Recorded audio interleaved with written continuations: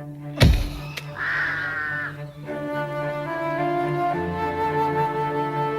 people told themselves their past with stories, explained their present with stories, foretold the future with stories, the best place by the fire was kept for the storyteller.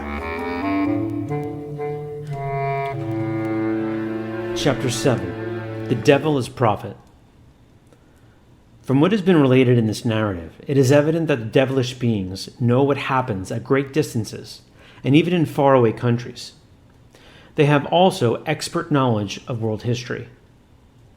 The spirit which possessed one of the boys often revealed things of a far-removed past, which could not have been known by any natural means. More than that, he predicted coming events days and weeks beforehand.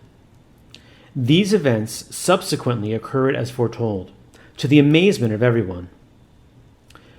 Fallen angels do not lose all their knowledge. As a matter of fact, we poor mortals cannot even imagine the extent of their craftiness and intellectual acumen. Visitors were often told, in the minutest details, the evils, even the most secret sins they had committed.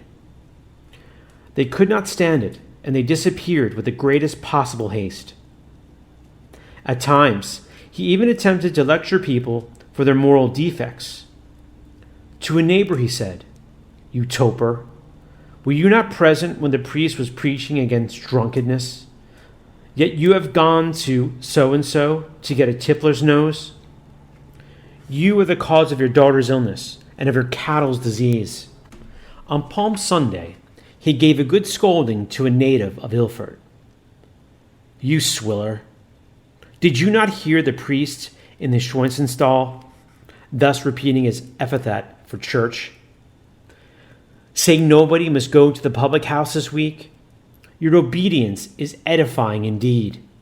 Have you not been with the baker of Flaxenden in the tavern?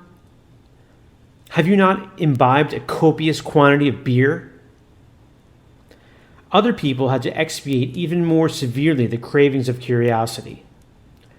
Pale, as though struck by lightning, they fled away terrified, for the demon had revealed to them mysteries of an evil nature, and had charged them with serious offenses, committed in former days, and which they had imagined to be quite unknown to anyone but themselves.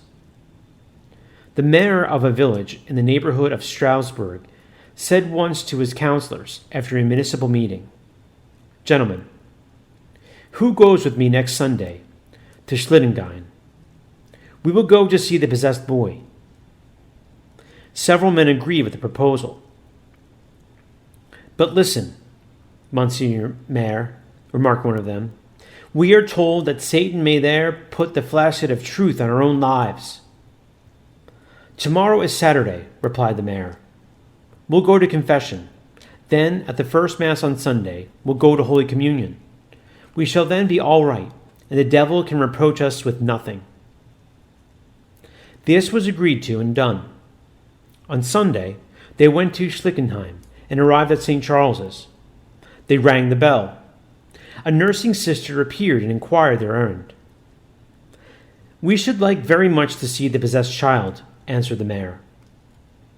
"Come with me, gentlemen," she responded. "I'll show you the way." No sooner had the sister opened the faithful door than the possessed boy cried, "Look here! The mayor, with his adjoint, and others of the council are approaching. You did not trust your good stars, otherwise you would not have gone to church yesterday to scrape the filth from your conscience. But one of you has not done it well. There is a former beetroot thief here." The man referred to became terrified. His cheeks went red and glowing. He stammered out, "Yes, but I have put on the ground the money to cover the expense of what I took." "The owner never had it," grinned the satanic spirit. "Gentlemen, let us go," said the mayor. "He may otherwise reproach me with something unpleasant." In a trice the company had disappeared. When, however, the incident was more widely known, the exposed beetroot thief became the laughing stock of all. Thibault predicted several persons' deaths. 2 hours before the passing away of a woman, he knelt on his bed and imitated the actions of a bell ringer at a funeral. On another occasion, he likewise told concerning a man who died on the following day, and his effort was so exhausting that he was bathed in sweat. On Saturday, the eve of the third Sunday of Lent, he foretold that next day several hundred people would arrive, the rumor having spread of the children's deliverance. This happened. That evening, Satan was in an exultant mood and shouted for joy because so many people had missed their Sunday Mass on account of him. He mentioned events which had happened 20, 30, even 100 years before, with such certainty and accuracy as could not have been excelled had he been a personal witness to these happenings. Monsignor Tresch was nominated to the mayoralty of Ilford in January 1869. Nobody in the district knew of the appointment.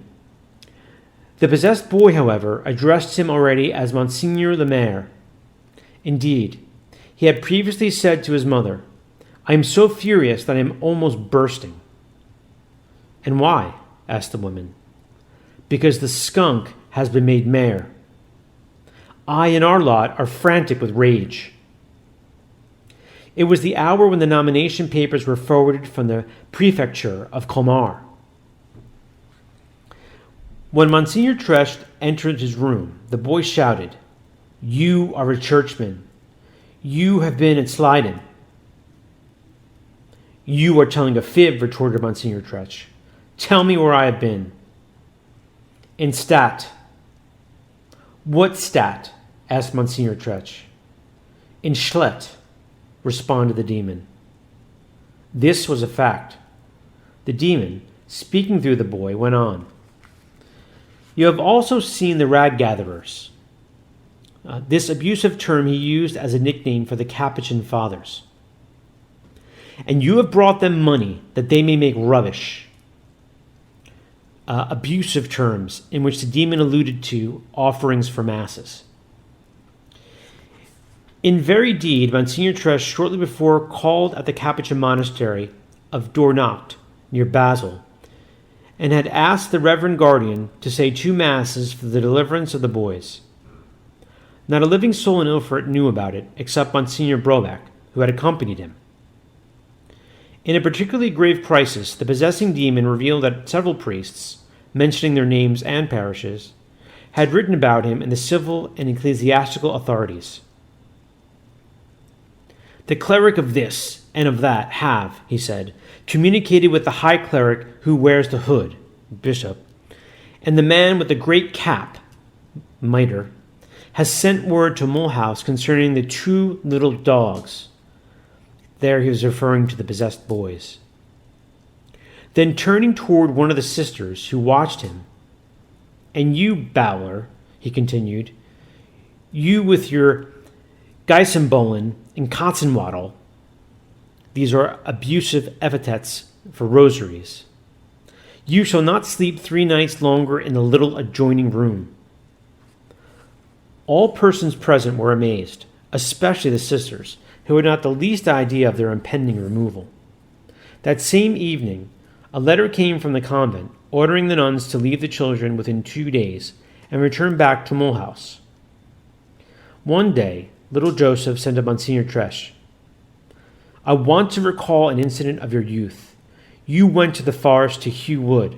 A snake crawled near." "What did I do to it?" queried Monsignor Tresch. "You killed it, under the invocation of the 3 names, the Holy Trinity," replied the possessing fiend. "And do you know you killed one of my companions? Had you not invoked the 3 names while slaying him, you would have wandered about all night without finding your way out of the wood." Monsignor Tresch remembered the incident well. Often did the possessing boy mention events of the beginning of the human race, quite in harmony with the scripture account. He was present, he said, at the fall of our first parents, and at the destruction of Sodom and Gomorrah. You would not be obliged to bow, pray, and to whisper through the grate, confess. if I had not plucked an apple for Eve. Now and then he went back to past times. During the Swedish War, he said once, the old Schweizenstall, the demon's term for the cemetery church, was not destroyed, but the priest was killed at the altar whilst holding aloft the monstrance. Then a soldier tried to behead the statue of the great lady. He could not, but fell backward and died. I took him and many others with me. The great lady allows no stealing from the Schweizenstall. He gave also details of awful crimes committed at Ilford in former times.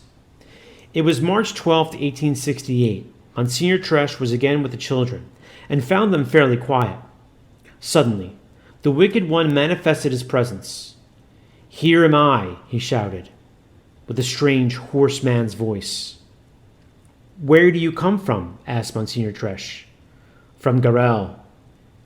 "Who is he?" "A bookbinder." "Where from?"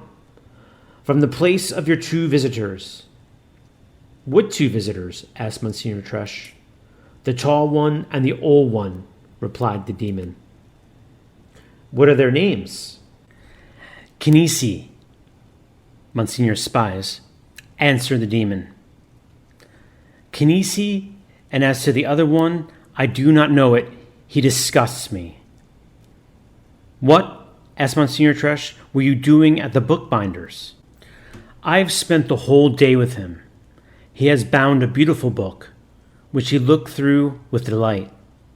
That made me happy, and I remained with him all day long." "Does," asked Monsignor Tresch, "the bookbinder live far away from my tall friend?" "No, only the distance of a few houses." "Do you visit the tall one?"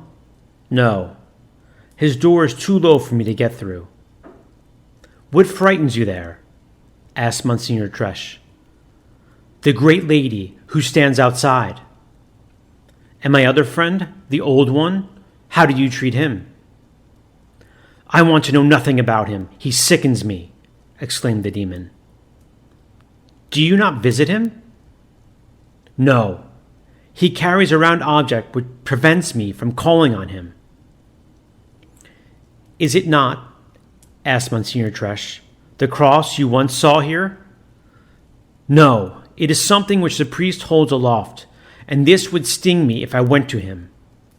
This was a relic of the Holy Cross, contained in a silver cruciform case. Monsignor Tresch immediately sent an account of this talk to Monsignor's spies, who went to the bookbinder, almost his neighbor, in the same street, the Rittergasse, and asked him whether on such and such a day he had not bound a book and read in it. Monsieur Garel, whose memory was unreliable, looked through his register and declared that, on that day, he had bound a Bible for the Lutheran pastor of Selistadt, and that he had read some passages in it. His visitor, after receiving this information, showed him the letters from Ilford. "How comes it," exclaimed the astounded bookbinder, "that Satan concerns himself with me?" "Nothing to be astonished at," replied the visitor. "Faith teaches us that Satan goeth round about like a roaring lion, seeking whom he may devour." He then explained to him something of the nature of the evil spirits and their mischievous influence on the destiny of men. An extraordinary exhibition of occult knowledge occurred on July 24th, 1798. A very zealous priest, a native of Ilford, Abbé Jean Bauquelin, then curate of Niederspet, was condemned to death by the Revolutionary Tribunal of Colmar for the alleged offense of violating the immigration law, but, in reality, out of hatred of the Catholic faith. The holy man was shot dead that same evening in the sandpit just outside the town.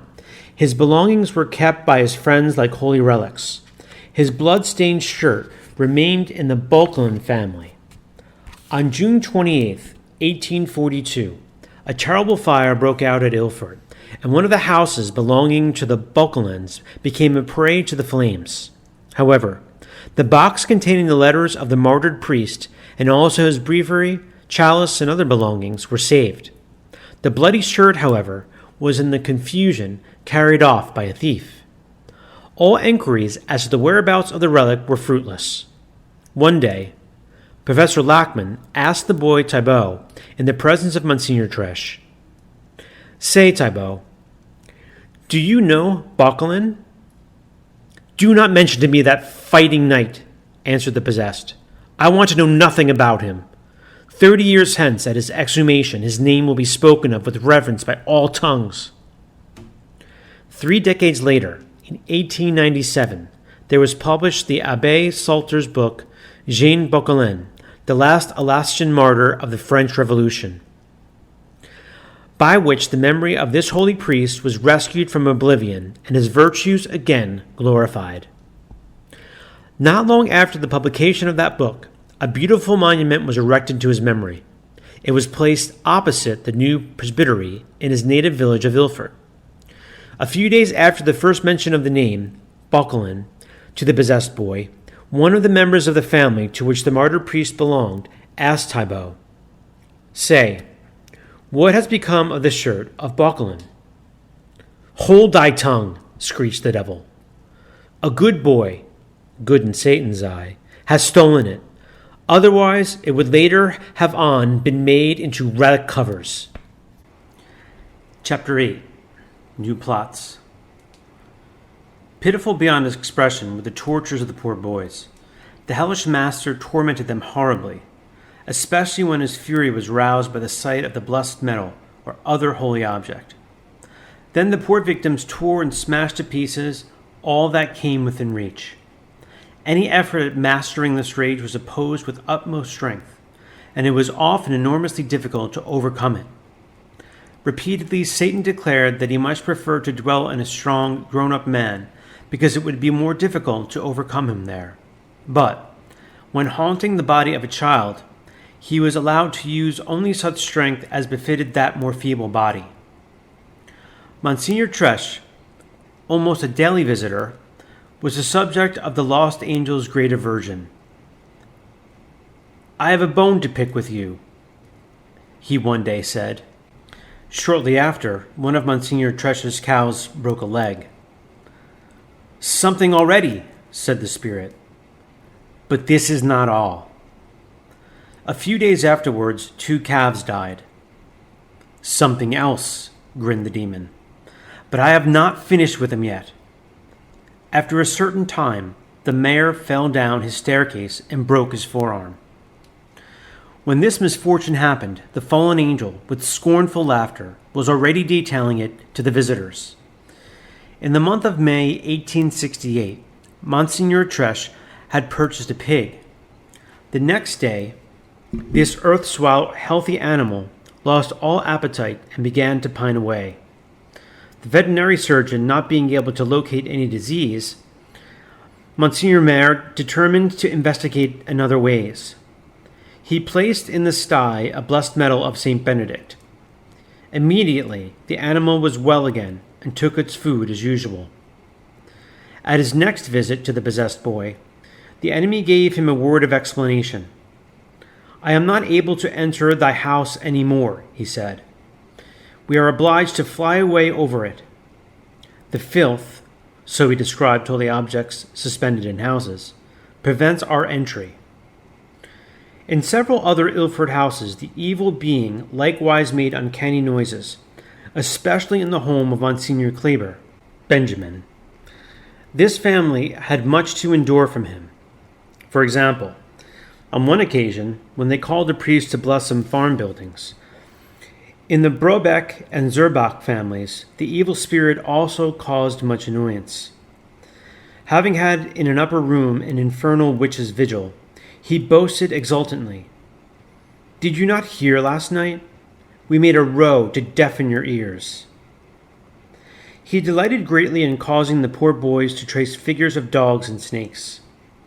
"Such we have in hell," he added. "They are our masters." One day, Thibault was complaining to the nursing sister, "I am covered with lice."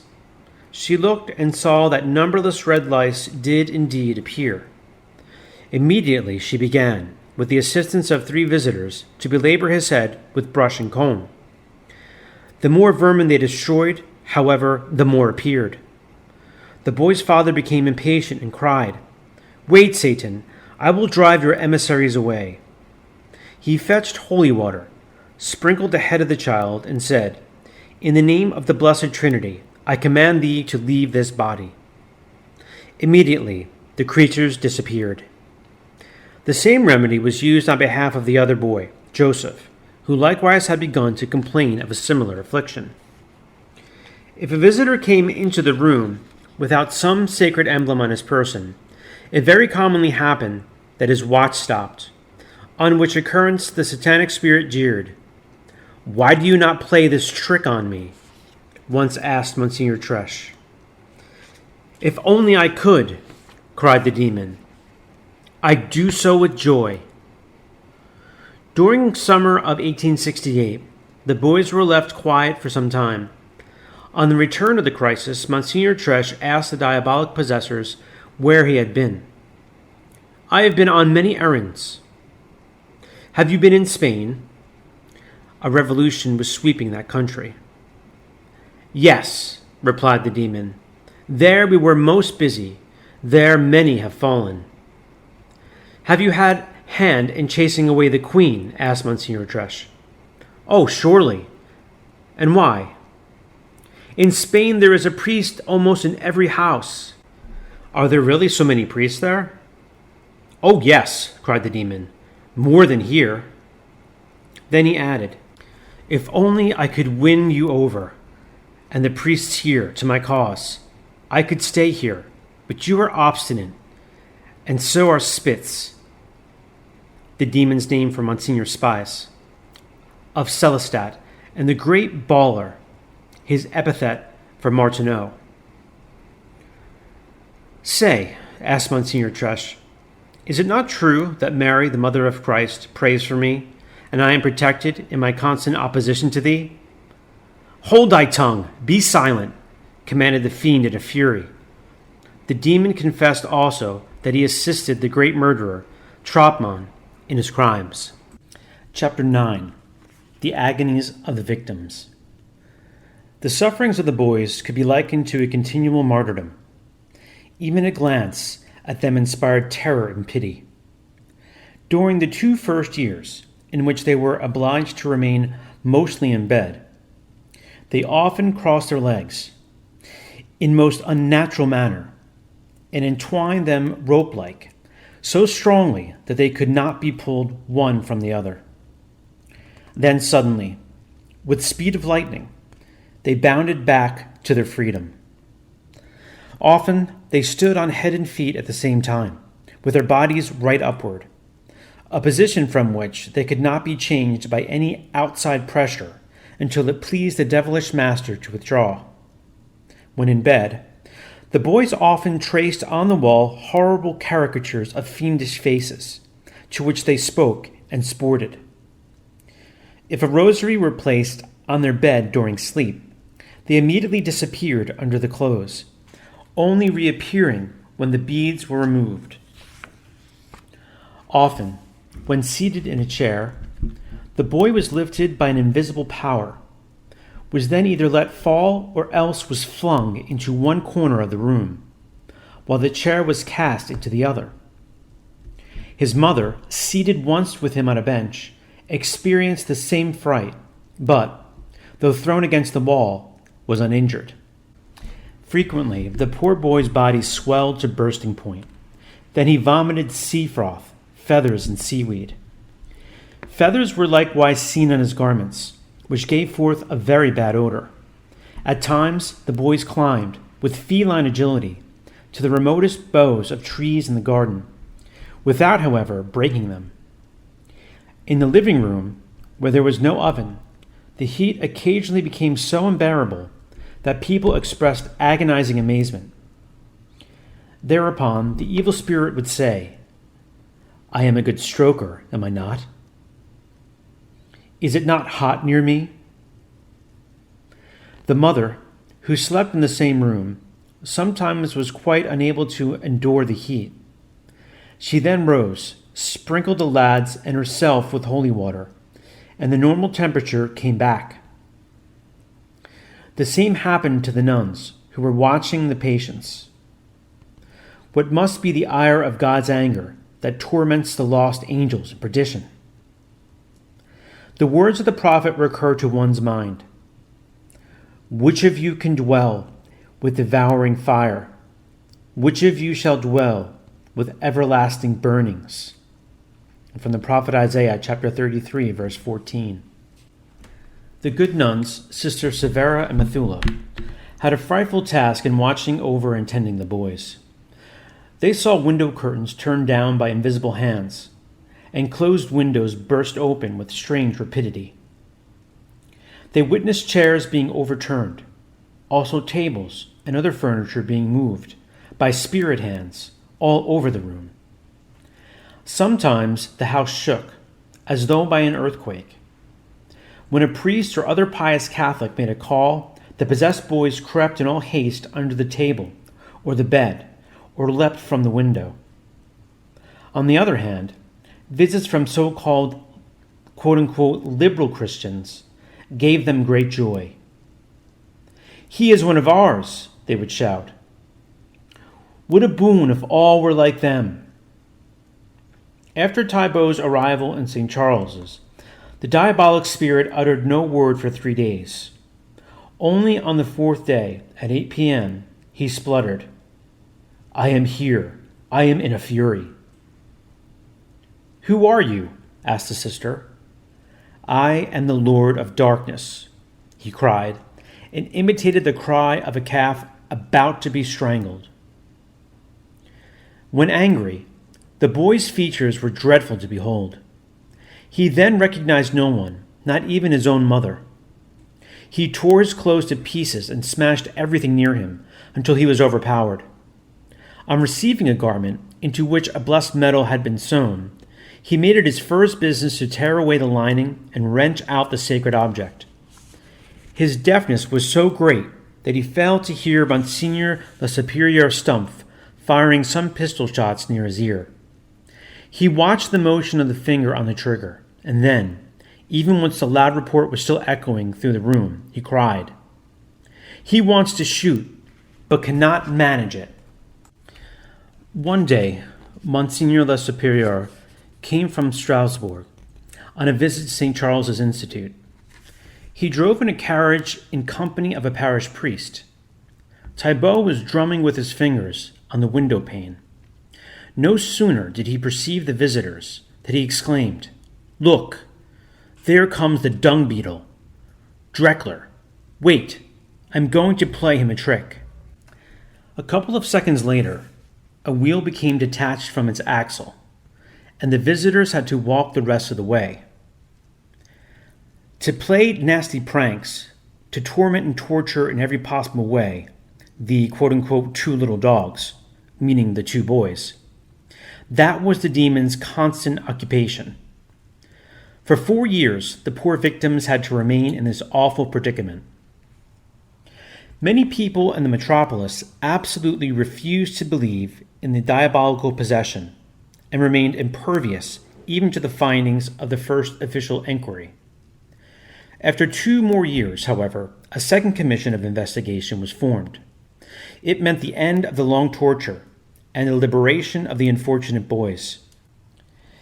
In May 1868, Monsignor Brobeck and Monsignor Maire decided to take Thibault to Notre Dame des Ermites in the hope of a cure in that place of pilgrimage. The journey was safely accomplished. 2 Benedictine fathers kept the boy under close observation until the reality of the possession became clear to them. Father Nepomuk said over him 3 times, but without success, the liturgical prayers of exorcism. He then advised the pilgrims to go to the bishop with the request that the prelate would take authoritative steps towards the liberation of the children from their ghastly affliction. The Capuchin fathers of Dornach had already given the same advice. An officer of an African regiment quartered at Mulhouse, who was very fond of sensational sights, came once to visit the possessed boys. As soon as they saw him, they roused his conscience with such a thorough examination in classical French that he was overcome and rushed away terrified. It was the occasion of his resuming religious duties after a long neglect, and being sincerely converted. A similar experience befell a school inspector of Mulhouse and 2 gentlemen of the town. The frightful sight of effects of diabolic malignity in the boys was the occasion of making good Christians of them all. On Tuesday morning, March 3rd, 1868, Monsignor Berner, the father of the boys, went to market. In the outskirts of the city, he met a little man, a wandering needle and thread merchant known to everyone in the district. This man assailed Berner with bitter reproaches. "You are," he cried, "the cause of your children's misfortune. You befoul them with occultism." Berner defended himself as best he could, but was unable to convince his adversary. When he returned home, the boy shouted at him from a distance. "What a nice scene the little merchant made with you! He has reproached you with playing mysterious games with your boys." "Was he also one of your own?" asked the father.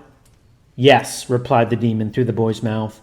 "Yes, already I have him in my net." "Then," replied Berner, "I will say one paternoster for the poor man's deliverance, and will forget his insolence to me." Hearing this prayer, the devilish being exclaimed, "Alas! Now my net is being torn. The man eludes me." On a fast day, the demon caused the boy to shout most loudly for meat, contrary to church regulations. In so doing, he used the French language. "Go get me some meat." On the other days, it never came into his head to ask for meat. He supremely hated prayer. One day, Monsignor Tresch brought with him an old book of the year 1648, containing some powerful prayers against evil spirits. He had scarcely opened it when he was simply overwhelmed with every opprobrious epithet that can be imagined. "Very well," said the mayor. "You begin and I continue." The boys jumped on their bed crying, "You always carry with you these old dirty leaves." And Thibault added, "You turn me into a lunatic. I cannot listen to you any more. I become mad and I ought to be taken to Steffensfeld, the asylum." Then they seemed about to leap at the mayor, with the purpose of biting and scratching him.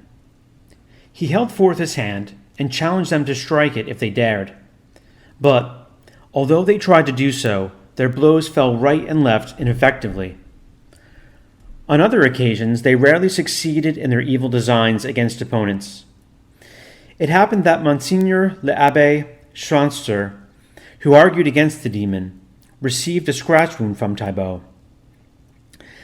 This priest took no heed of the insignificant injury, which ached but little. On the second day, however, his finger was noticeably swollen and very painful. He took fright and bathed the wound in holy water. The next day, all pain was gone, as was also every trace of the scratch. Another time, the boy took the chair and flung it against the abbé, whose head escaped by a mere inch or so.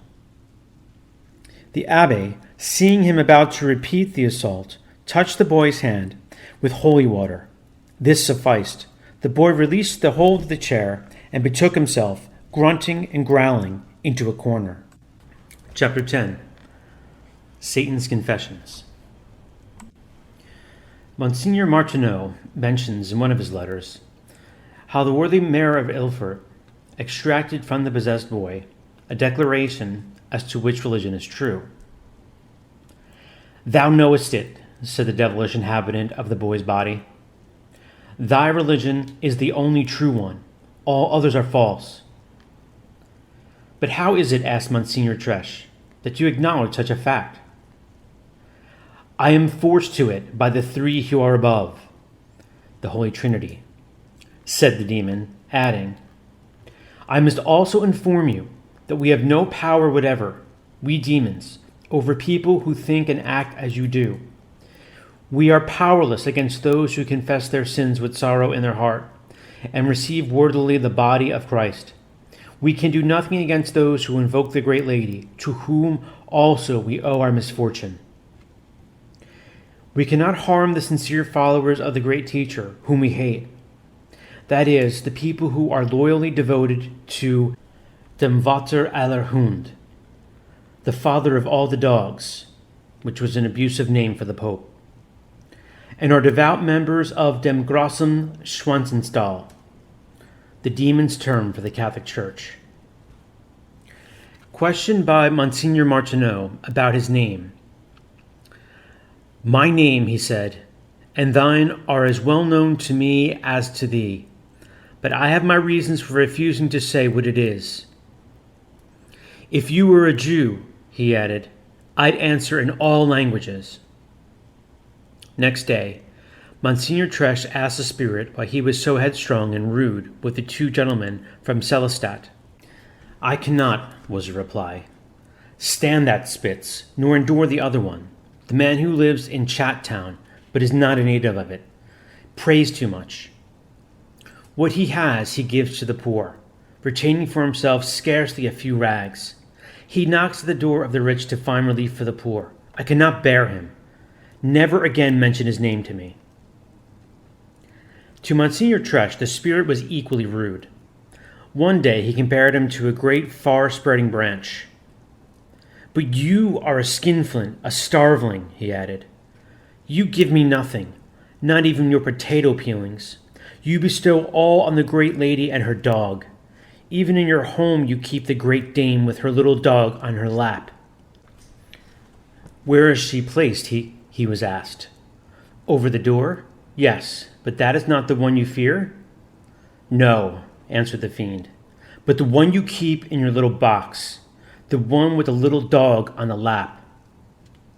The statuette to which the spirit undoubtedly referred was a gift from the mayor's aunt, from St. Pilt, and a great object of veneration to him. One Sunday morning, whilst the church bells tolled the sacred mysteries on the altar, Satan flew into a veritable frenzy. Wait, said the nursing sister to him. The time is near when you will have to depart. Can I not expel you myself? Your nose is too short for that, jeered the demon. Who can do it then? Inquired the sister. Charles Bray, was the reply. The fiend possessing Thibault also declared that he would be defeated in the presence of 12 persons, and that the little dog, Thibault, would then recover the sense of hearing. But, added the evil one, I shall put up a good defense. Our narrative will show how stout a resistance he actually did offer to the exorcist to expel him from his victim, and that this event did take place in the presence of 12 witnesses. A holy priest, an ex-chaplain of St. Charles's, came purposely to Schlichtenheim on a visit to the boys.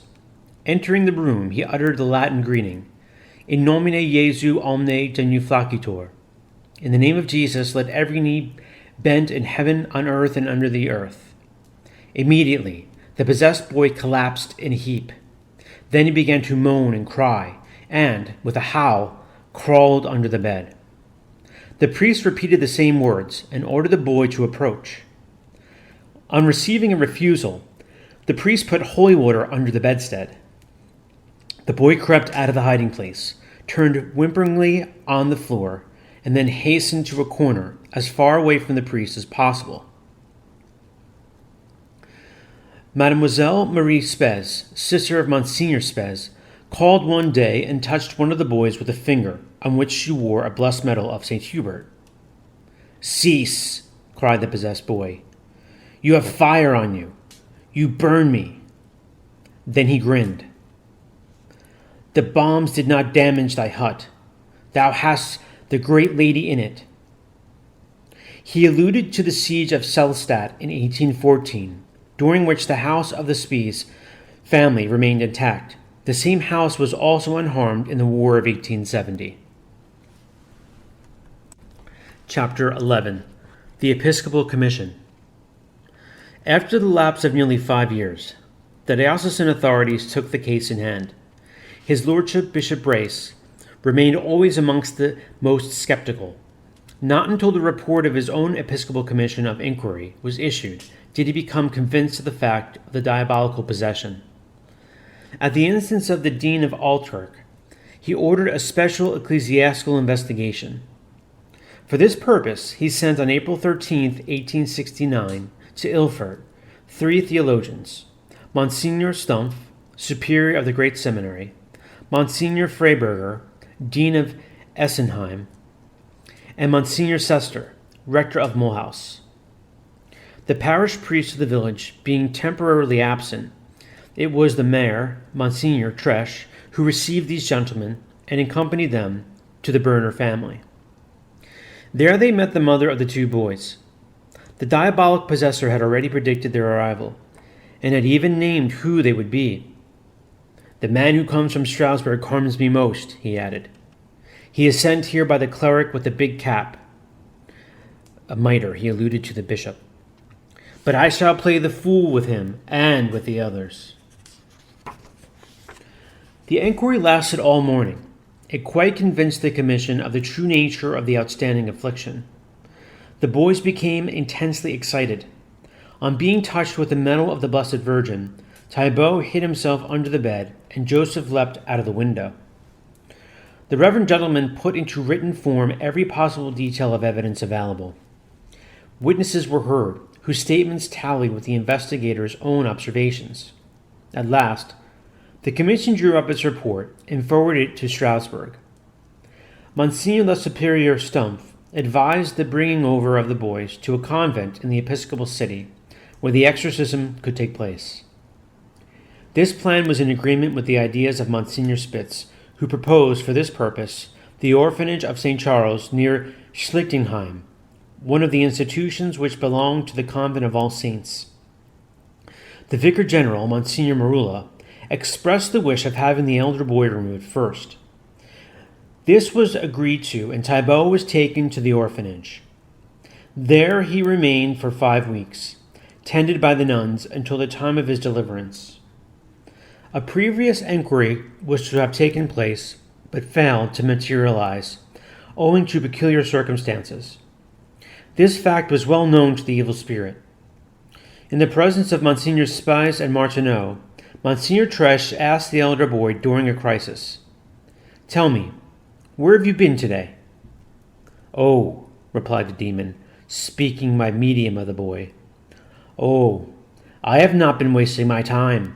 I was today in Strasbourg." "And what were you doing there?" "I have been playing the fool on 5 priests." "How?" "I donned a cassock and succeeded in putting them off the track. Soon after, these gentlemen were informed that an inquiry was to have taken place at the instance of the ecclesiastical authorities, but the task was not at all to the liking. There was also told of the priest who was entrusted with it. This latter came to Ilford, but saw neither parents nor boys. He did not even cross the threshold of the house. The inquiry fell through, and the deadly malignity of the possessing fiend was thereby strengthened." The most prominent man among the skeptics was the schoolmaster of Ilford. During school hours, he poured ridicule on the events in the Berner family and ended by saying, "The devil, in fact, does not exist." Shortly afterwards, he went with 2 of his children to his native village in the neighborhood of Colmar to settle some private affairs. On the Champ de Mars of this town, he saw a company of soldiers drilling. Posting himself in front of these, "I am Napoleon," he shouted. "Napoleon, the Emperor of the French." On saying this, he took a paper, went straight up to the commanding officer, and acted as though about to confer a military decoration upon him.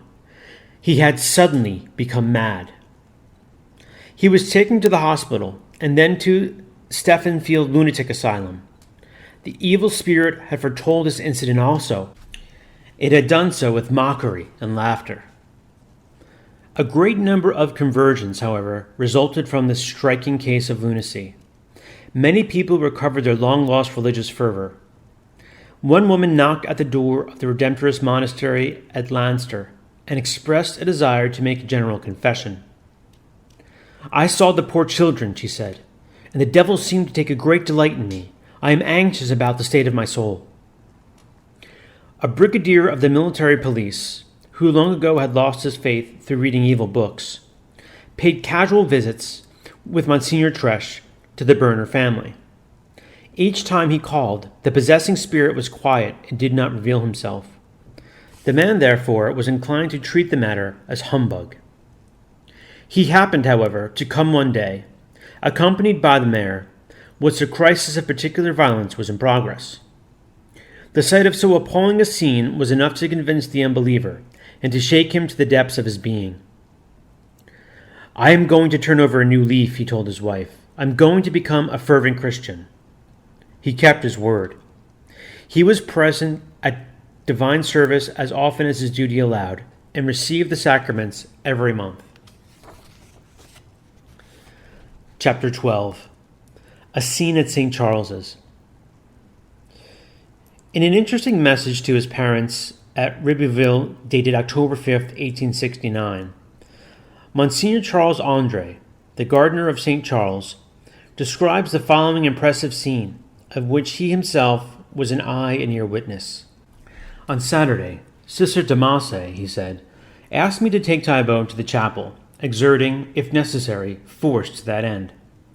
I thought it an easy task. What an error I made! The 14-year-old boy was secured and held fast by me. The sisters blindfolded him, so as to prevent him from seeing where we were going. I turned my face towards the chapel. Scarcely, however, had we advanced a step in that direction, than the boy, who until then had been quiet, became furious and refused to budge. I lifted him up to carry him.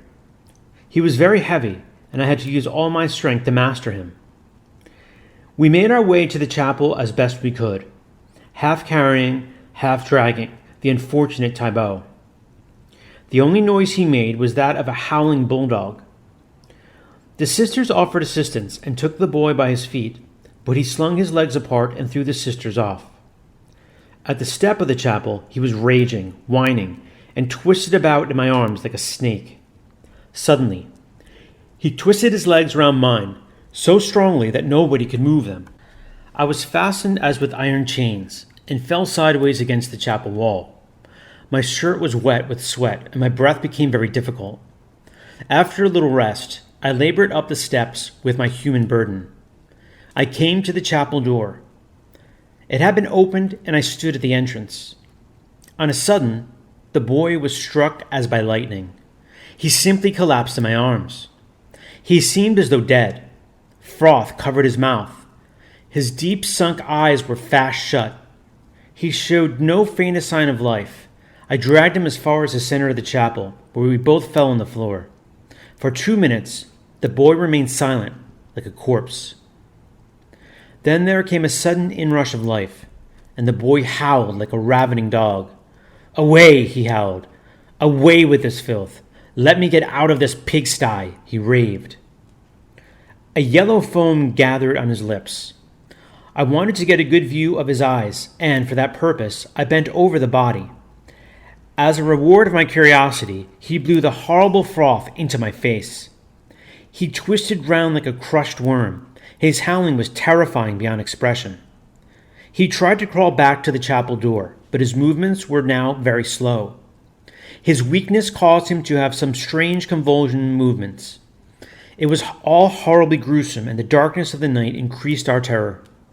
After half an hour, I pulled the boy out of the building. Scarcely had the door closed behind him than he rose and walked. I took him by the arm and led him back to his room. This scene made a deep impression upon us all. We were speechless, but full of thought, and we were struck with amazement. The boy is deaf. This deafness has been tested in all kinds of ways. He speaks very little during the day, and then like a child with a pure, sweet voice. As soon, however, as the evil spirit begins to speak through him, his tone becomes strong, like that of a powerful bass voice. It becomes husky and difficult to understand. He seems to be indifferent to his surroundings. He walks along strangely, like a maniac, never fixing his eyes on a child under 6 or 7 years, never touching any such innocence. Never does he gaze on a religious picture, but he delights in beholding animals. Spiders and toads are his darlings.